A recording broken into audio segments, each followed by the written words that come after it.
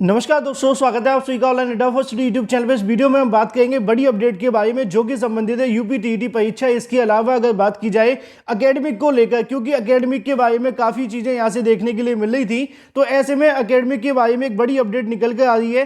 तो वीडियो को पूरा देखें जिससे कि आपको जानकारी पूरी मिले, और वीडियो को लाइक अवश्य कर दें, साथ ही शेयर कर दें। चैनल को सब्सक्राइब करना बिल्कुल ना भूलें, क्योंकि इस चैनल के माध्यम से हमेशा ऑथेंटिक और सटीक जानकारियाँ आप सभी को दी जाती हैं। लेकिन आप सभी वीडियो को लाइक करना ही भूल जाते हैं, साथ ही शेयर भी कर दें भूल जाते हैं, इसलिए वीडियो को लाइक अवश्य कर दें।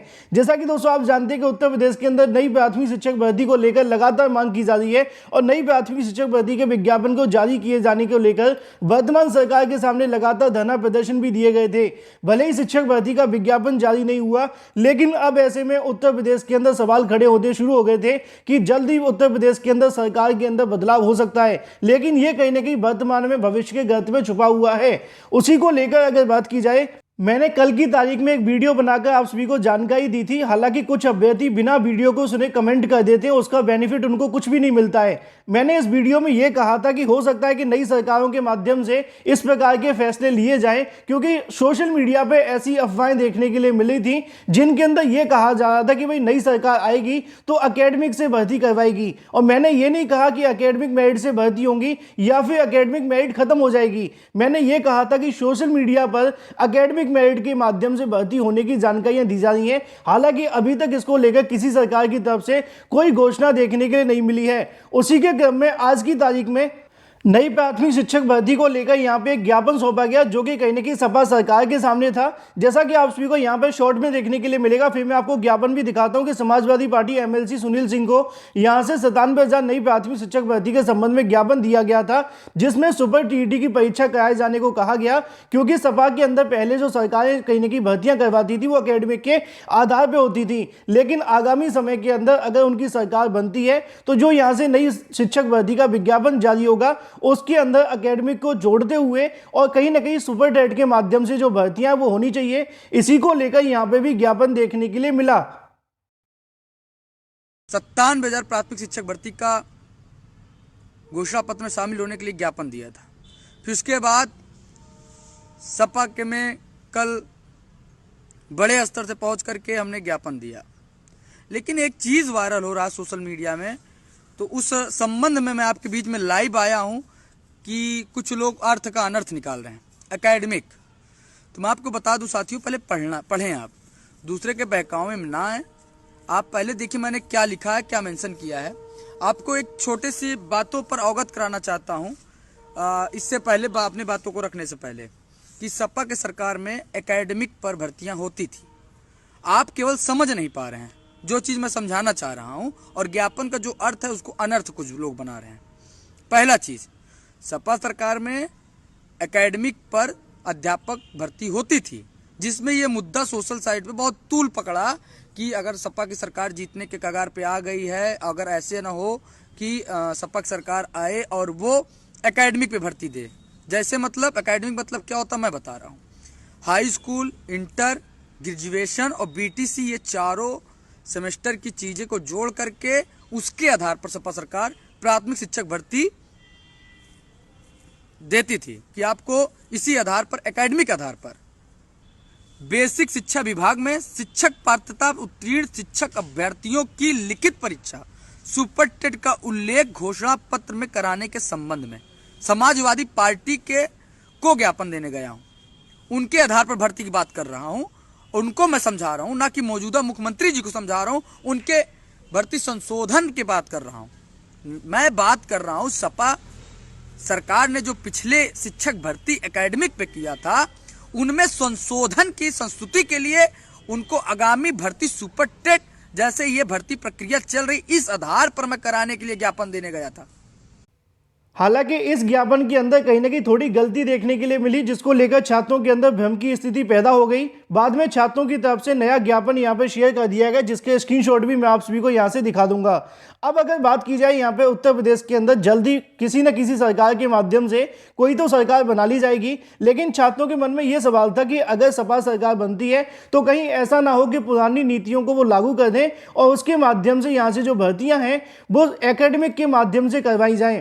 उसी को लेकर छात्रों की तरफ से आज की तारीख में ज्ञापन सौंपते हुए यह बताया गया कि उत्तर प्रदेश के अंदर जो कहीं ना कहीं 20 लाख से ज़्यादा डीएलएड के अभ्यर्थी हैं वो नई शिक्षक भर्ती की मांग कर रहे हैं कि 97,000 पदों पर नई शिक्षक भर्ती का विज्ञापन जारी कर दिया जाए। लेकिन नई प्राथमिक शिक्षक भर्ती का जो विज्ञापन जारी हो वो कहीं ना कहीं आप सभी की अकेडमिक जोड़ते हुए, और साथ ही अगर बात की जाए यहाँ पे आप सभी की सुपर टीईटी के माध्यम से भर्ती होनी चाहिए। आसान भाषा में आपको समझाना चाहूँ तो नई शिक्षक भर्ती का जो विज्ञापन जारी हो उसके अंदर अकेडमिक और सुपर टेट दोनों को कराते हुए भर्ती करवाई जाए, ना कि सपा सरकार के अंदर पहले से जो भर्तियां होती थी। इसको लेकर सोशल मीडिया पर काफी ज्यादा अफवाहें चल रही थी। इसी के क्रम में छात्रों की तरफ से मुलाकात की गई और सपा सरकार तक अपने मुद्दे को पहुंचाया गया, और यहां से कहीं ना कहीं आश्वासन देखने के लिए मिला है कि नई प्राथमिक शिक्षक भर्ती का जो विज्ञापन जारी होगा उसके अंदर अकेडमिक मेरिट के आधार पर भर्ती नहीं करेंगे। मैंने कल ही आप सभी को कहा था कि आप सभी अपने जनप्रतिनिधियों के सामने जाकर अपनी मांग को अवश्य रख लें,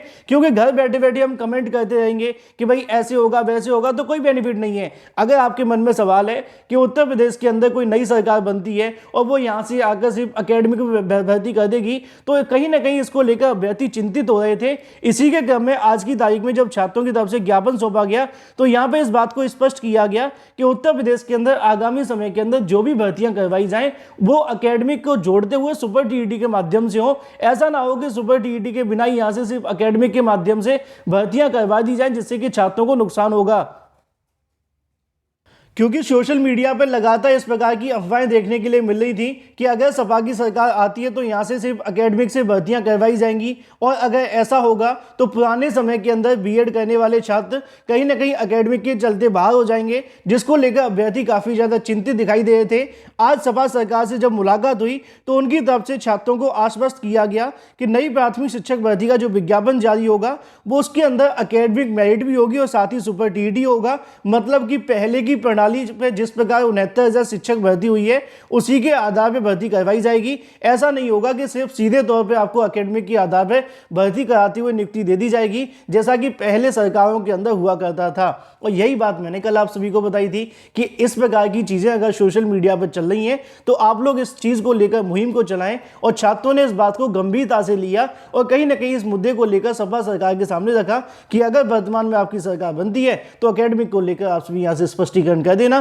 तो आज उन्होंने जानकारी दी है कि नई प्राथमिक शिक्षक भर्ती को लेकर उनकी सरकार बनेगी तो वर्तमान में जो भी यहां से प्रणाली है, चयन प्रक्रिया है, उसी के आधार पर आपको भर्तियां देखने के लिए मिलेगी। छात्र इस बात को लेकर चिंतित और परेशान बिल्कुल ना हो। बाकी इसके बारे में आपकी राय क्या है कमेंट करके बताना बिल्कुल ना भूलें।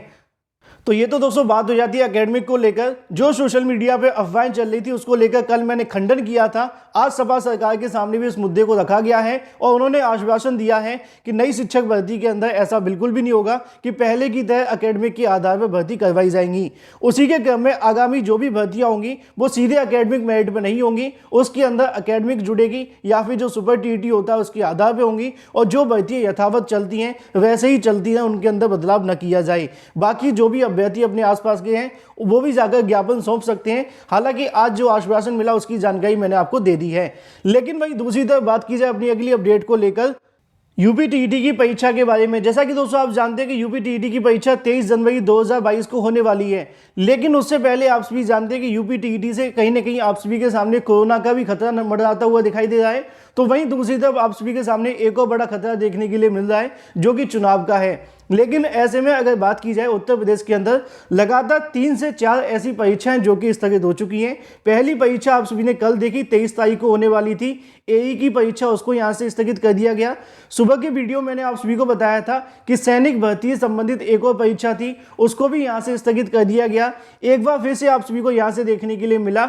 अगर बात की जाए तो लखनऊ विश्वविद्यालय की तरफ से अपनी जो परीक्षाएं 15 जनवरी से लेकर 31 जनवरी के बीच में स्नातक पर स्नातक की जो परीक्षाएं थी उनको भी यहां से स्थगित कर दिया गया है और लगातार उत्तर प्रदेश के अंदर कई अलग अलग परीक्षाओं को स्थगित किया जा रहा है। और कारण आप सभी के सामने बताया जा रहा है कि कोरोना के बढ़ते संक्रमण को देखते हुए इन सभी परीक्षाओं को यहां से स्थगित किया जा रहा है। अब ऐसे में सबसे बड़ा सवाल उठता हुआ दिखाई दे रहा है कि एक तरफ जिन परीक्षाओं के अंदर 500, 1000, 1500, 2000 अभ्यर्थी सम्मिलित होते हैं उन सभी परीक्षाओं को यहां से स्थगित किया जा रहा है, तो दूसरी तरफ 23 लाख से ज्यादा अभ्यर्थी यूपीटीईटी परीक्षा के अंदर भी बैठने वाले हैं। अब इसको लेकर भी संकट के बादल मंडराते हुए दिखाई दे रहे हैं। हालांकि सरकारों की तरफ से अभी तक इसके बारे में जानकारी नहीं दी गई है, लेकिन ये जानकारी पहले से देते भी नहीं है। ऐसा हमने कई बार देखा है कि यूपीटीईटी हो या फिर कोई और परीक्षा हो, 2 से 4 दिन पहले ही जानकारी देखने के लिए मिलती है। और जिस प्रकार कोरोना का संक्रमण बढ़ रहा है, आज सुबह भी समाचार पत्रों में आप सभी ने देखा होगा कि लगभग 11 लाख से ज्यादा जो आंकड़े पहुंच चुके हैं।